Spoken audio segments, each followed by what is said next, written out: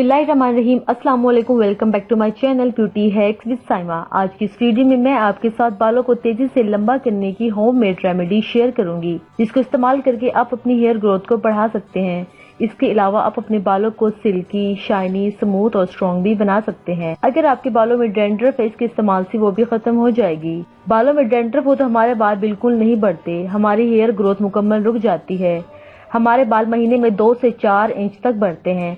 Dandruff की वजह से वो हेयर ग्रोथ भी रुक जाती है, इसलिए डैंड्रफ हमारे बालों के लिए बहुत ज्यादा खतरनाक होती है। बालों की प्रॉब्लम तकरीबन हर इंसान को होती है। किसी को हेयर फॉल की प्रॉब्लम होती है, किसी को डैंड्रफ की प्रॉब्लम होती है, किसी की हेयर ग्रोथ मुकम्मल रुक जाती है या किसी के बाल बहुत ज्यादा रफ हो जाते हैं। इस रेमेडी को यूज करके आप अपनी तमाम हेयर प्रॉब्लम्स को दूर कर सकते हैं।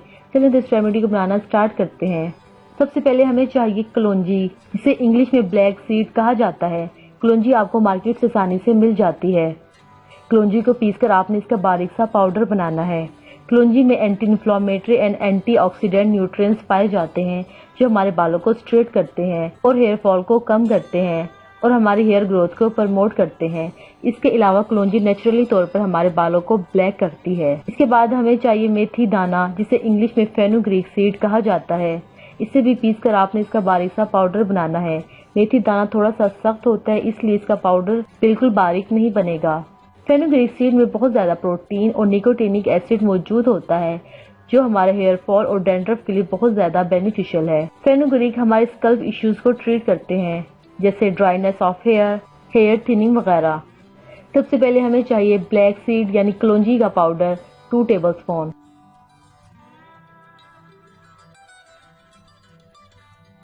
इसके बाद हम इसमें ऐड करेंगे मेथी दाना यानी फेनुग्रीक पाउडर 2 टेबलस्पून। इसके बाद हमने इसमें ऐड करनी है योगर्ट। योगर्ट सिर्फ इतनी ही ऐड करनी है जितनी हमें जरूरत है। बस योगर्ट इतनी ही ऐड करें जिससे ये एक थिक सा पेस्ट बन जाए।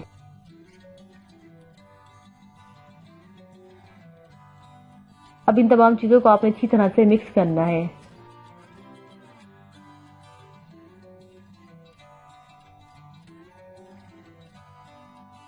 बस हमारा हेयर मास्क बिल्कुल रेडी है।